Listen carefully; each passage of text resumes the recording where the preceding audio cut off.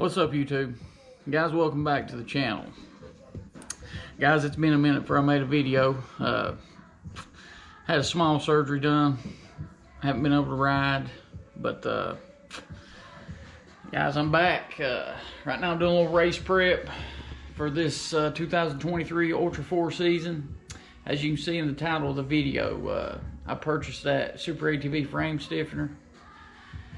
I figured I'd make a little video on that. A lot of people have been asking me questions, how I've been bracing up my frame and this and that, and so I just figured I'd kind of show everybody what I'm doing and what I think about that Super ATV frame stiffener.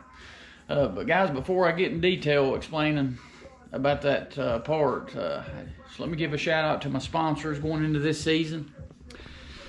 Guys, I'd like to thank Elka Suspension.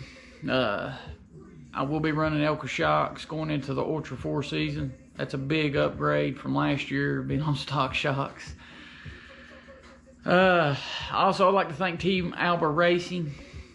I've had an Alba tune on this RS1 from the get-go, and man, for an NA machine, and to not be tuned on a dyno, Nate Martinez, he's second to none. You can watch some old races, and I pull on a lot of NA machines, and keep up with turbos decent, but decent. I also like to thank Trinity Racing. We picked them up as a sponsor this year. I will be running their belts. Last year I had a belt failure, but I was running an OEM belt, and I just tried to be a cheapskate and get extra race on. OEM belts are good. I'm not bashing on OEM. It's just the Trinity Racing belts are like half price, even at retail. So after speaking with other racers, it's a no-brainer. And also, I'd like to thank my buddy Aaron Lynch. He owns a shop down in Knoxville, Tennessee. Man, he hooks me up with sweet deals on parts, and you guys can reach out to him too. He's on my Facebook, on one of my friends. He gave me the Super ATV skid plate, hooked me up on a sweet price. Then I also got some see here, some killer ball joints from him. I'm going into this season a whole lot different than I went into last season. Last season I went in, this machine was all stock shocks. I had lower off-road beast A-arms, and they done a good job. Stock trailing arms. I did have the ORB radius rods, and I'm going to keep them for next season, but this year I'm going in with Kellers. I'm going to gusset the frame, be on Elkas. I've got to make this machine where I can hit stuff just a little bit harder. Not too much, but just a little bit harder. But anyway, let me grab my light here. I've got a mess out here. Alright, guys. I'm going to show you this side. Alright, this is the frame stiffener. It's made, I don't know how good you can see that. It's made to where you just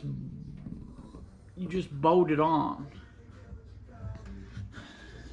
Well, I didn't really like the thought of that, because if you just bolt it on, and I am going to put a piece of metal that covers this to where if you hit something, it will just kind of glide over instead of this catch point here. Right now, if I hit something, it'll catch. I don't like nothing catching, so if I hit, put me a piece of steel here, roll it over it, and then weld it here, my machine, it'd be like it's part of the actual frame, and I'll just slide over it.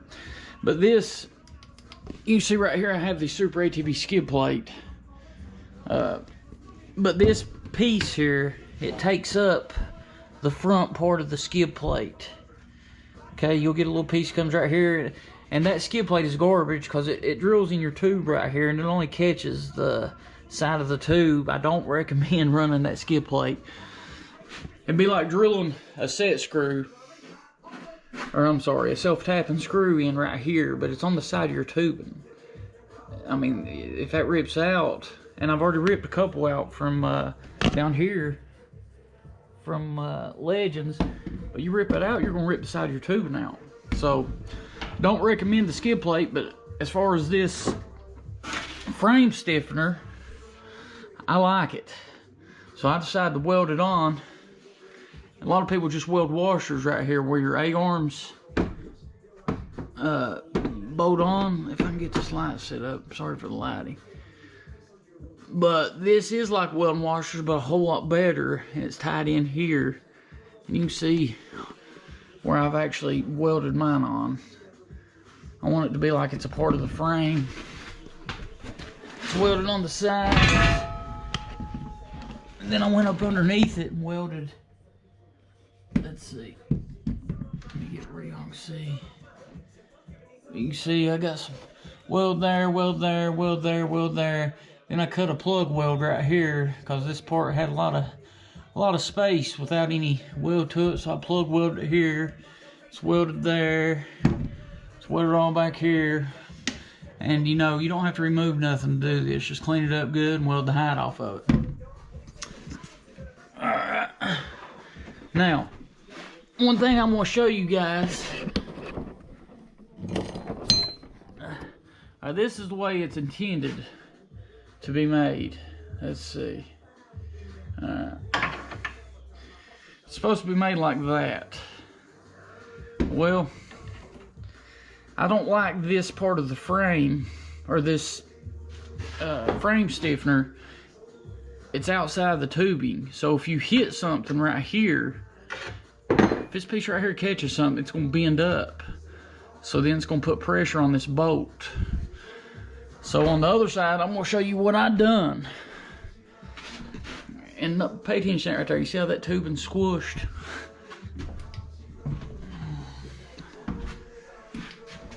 Now this is what I done. I cut all that out. Now it's just directly under the tubing. I cut that. Let me show you.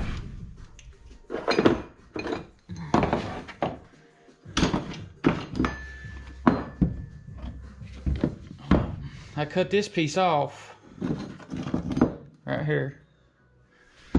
Then I just weld it there. Right here, I don't know how good you can see that. All right. And then, if you've seen on the other side, how that tube was crushed right here, you can take this remainder piece, this right here, you know, maybe cut that off, stick it down there, and it fits perfect for a gusset right there. There's a couple gusset, aftermarket gusset kits out there. That's the way they gusset an RS1 frame. They'll gusset it here, gusset it here. I've actually got a plate marked out right now to go right here. They'll put a gusset here, and then, you know, right there's where your shock's bolted on. I'm gonna weld some plates on it like I did these. But yeah, but back to the Super ATV frame stiffener. Man, it's an awesome piece. The bottom A-arms now, you can see here, they're gonna be pretty secure, and it still kind of plays the role of a skid plate. I think it's like 3/16 thick.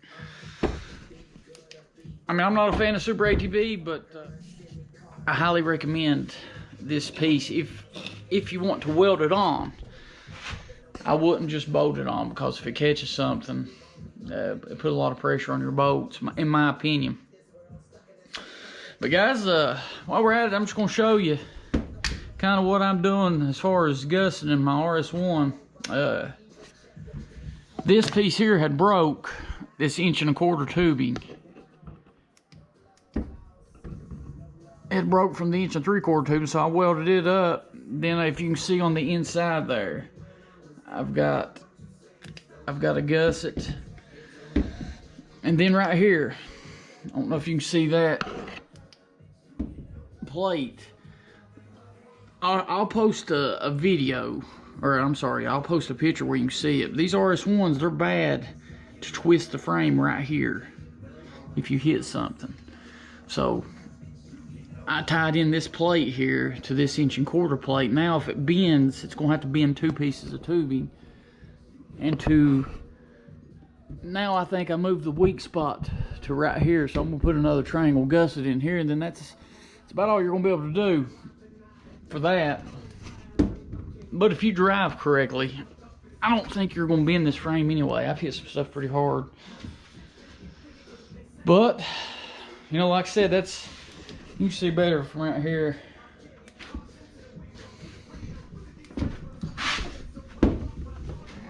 Let me go up under and show you guys.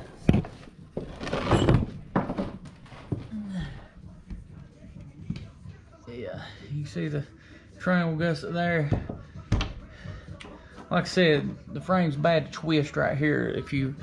The front of the frame here is real strong, but it's bad to bend right here, so now it's going to have to bend this little 1¼ tube too, which ain't much, but it'll help. Now when it twists, it's going to twist both of them. And like I said, I'm going to put me a little gusset right here, because those 1¼ they're bad to break loose from the 1¾ inch. As you can see, I've done it on both sides. But yeah, that's where we're at. Pretty well. All I got left to do, which I still have a lot left to do, is anywhere on this frame it has a 1¼ tubing, and you can see right here, that's the 1¼ tubing that helps hold your shocks up. You got an 1¾ tied in right here. Polaris don't even weld. I don't know if you can see that. Polaris don't even weld the back side of it. Which, I mean, this tubing, it's just 0.65 thick. If you are a pretty good welder, I think the tubing will rip out before your weld breaks. That's what happens to me, but I'm a good welder. Alright, but like right here, I rode this thing in Tennessee. As you can see here, the 1¼ it's bent in that way. I gotta probably cut that out a little bit, maybe put just a little bit of heat on it, then I'm gonna bend it back out, but I gotta move my ECU and all that crap. But yeah, anywhere there's 1¼ like right here, I'll probably do like a little gusset there, a little gusset here just to help. Weld some plates on where my shocks go. Might do a little triangle gusset here. Do something here for the rear shocks, but other than that, that'd be all she gets, which that'd be a pretty good lot. But guys, back to the reason for the video. That Super ATV frame stiffener, and they also make it for a razor. It's like $100. Highly recommend it. To me, you can't really beat that for what it does. Like I said, it takes the place of that skid plate that's garbage, and it stiffens up all your A-arm connecting points to your frame. And to me, there ain't nothing you can do there to make it stronger than what that plate would do. A lot of people just weld washers. The washers don't connect to your tubing. It can still rip the clip off, but right there, it's all tied in to the main frame. So if that breaks, you've done something wrong. But guys, I hope you all enjoy the video. Next video I make, it'll be a ride video. I gotta get back behind the wheel. They just raced King of the Hammers. He ain't a buddy of mine, but I'm a big fan of Paul Wolf, and he had some terrible luck down there, man. And he's gonna be up at Rush, hungry. He'll be on the gas, so I know I'm not gonna beat him. And there'll be a lot of other fast people up there. I'm racing Pro Mod this year. I just hope to get like a top 10 and finish on the podium at the end of the year. I got a lot of work to do, and I was wanting to build a turbo RS1, and I'm kind of getting off topic, but a lot of y'all follow my racing, so I'll just tell you kind of what's on my mind right now. Been wanting to build that turbo RS1, but man, I've been watching a lot of my old race videos, and I need to really be a better driver, because this NA RS1, I'm still not pushing it to its limits. I watched Paul Wolf's Visions race, and the uphill section, as soon as you got off the short course the first time, there's a couple big ledges. You went down the hill, man, he was like flying down that, jumping down it. Here I was barely on the gas going down it. So right there I was losing like 5 to 7 seconds, and a lot of people was just barely going down it. So what I'm getting at is I need to be a better driver. I've still not pushed this RS1 to its limits, and I don't like to make the turbo excuse. When I feel like I'm the best I can be, which I may never get there, then I'll pursue a turbo RS1. And if the right one come about, I'd still get one, but right now I ain't worried about it. I need to be a better driver, get my machine right, and do what I do, try to finish races. But I hope you all enjoy this video. Hope to have this RS1 good and tough, and we'll compete in that pro model class. But guys, God bless everybody. We'll catch you next time.